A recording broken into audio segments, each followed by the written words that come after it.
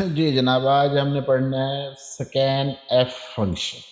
क्या होता है ये हमारा जनाब scan F function is used to get values into variables from keyboard during execution of the program। scanf function क्या काम करता है जी? ये यूज़र से वैल्यूज़ लेता है और वो वेरिएबल्स को असाइन करता है जब हमारा प्रोग्राम चल रहा होता है। The value is input into a variable in a specified format. किसी भी फॉर्मेट में आप इसको वैल्यू दे सकते हो। फॉर्मेट से मुराद वही है कि वैल्यू इंटीजर है, फ्लोट है, कैरेक्टर है, स्ट्रिंग है, जिस किस्म की भी है वो स्कैनफ आपसे वसूल करेगा। Both numeric and character values can be input. Numbers भी आप इनपुट दे सकते हैं और इसके अलावा कैरेक्टर्स वैल्यू भी आप इनपुट दे सकते हैं। सिंटैक्स क्या है इसका? पहले ये आ गया आपका स्कैन एफ के बाद ब्रैकेट फॉर्मेट स्ट्रिंग। ये फॉर्मेट स्ट्रिंग जो है इसमें आपने लिखना है। अगर आपने इंटीजर को इनपुट लेना है तो %d लिखेंगे। अगर आपने लॉन्ग को लेना है तो %LD आ जाएगा। फ्लोट के लिए %f, डबल के लिए %LF। और फिर इसके बाद कॉमे के बाद लिस्ट ऑफ वैल्यूज़ और वेरिएबल। हर वेरिएबल के साथ आपने एंड साइन लगाना है। ये एम्परसेंड जो है हर वेरिएबल के साथ आपने लगाना है।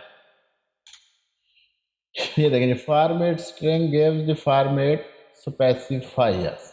It is written with in double quote. ये डबल कोट में जैसे आप प्रिंट एफ में लिखते हैं इसी तरह, लेकिन इसमें आपने सिर्फ %d, %c, %f ये लिखने हैं और कोई चीज़ नहीं लिख सकते आप।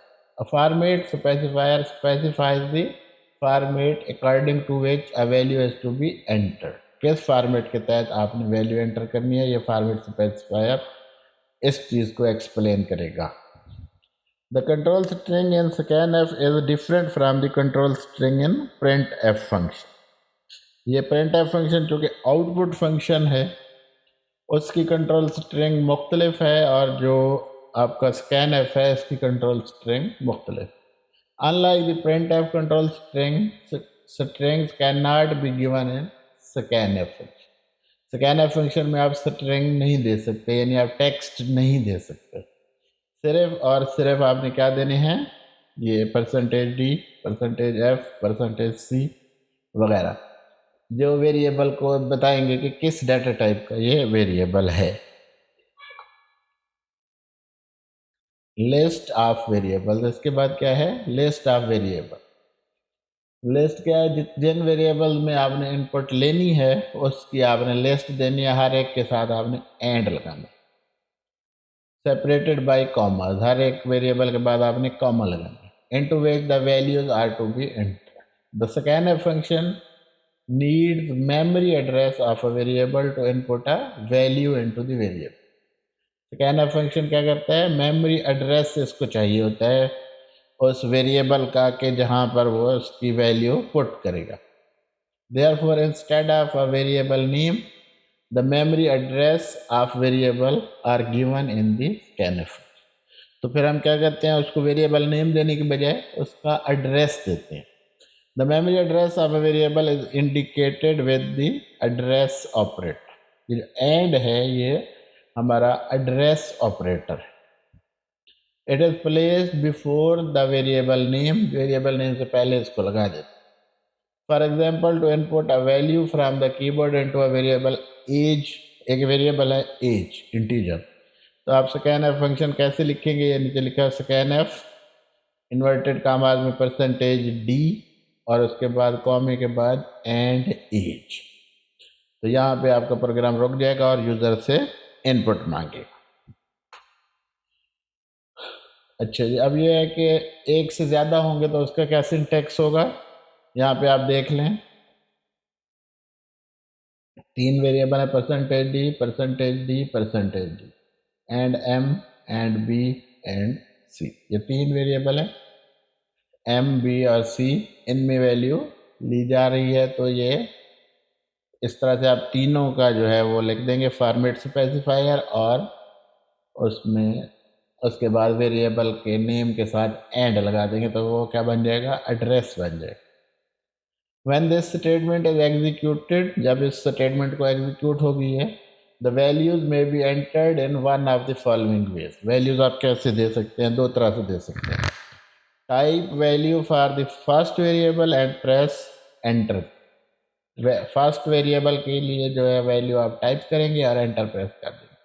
The program will prompt to get the value for the next variable. Program आपसे नेक्स्ट वेरिएबल की वैल्यू मांगेगा। Repeat the process until values in all variables have been entered।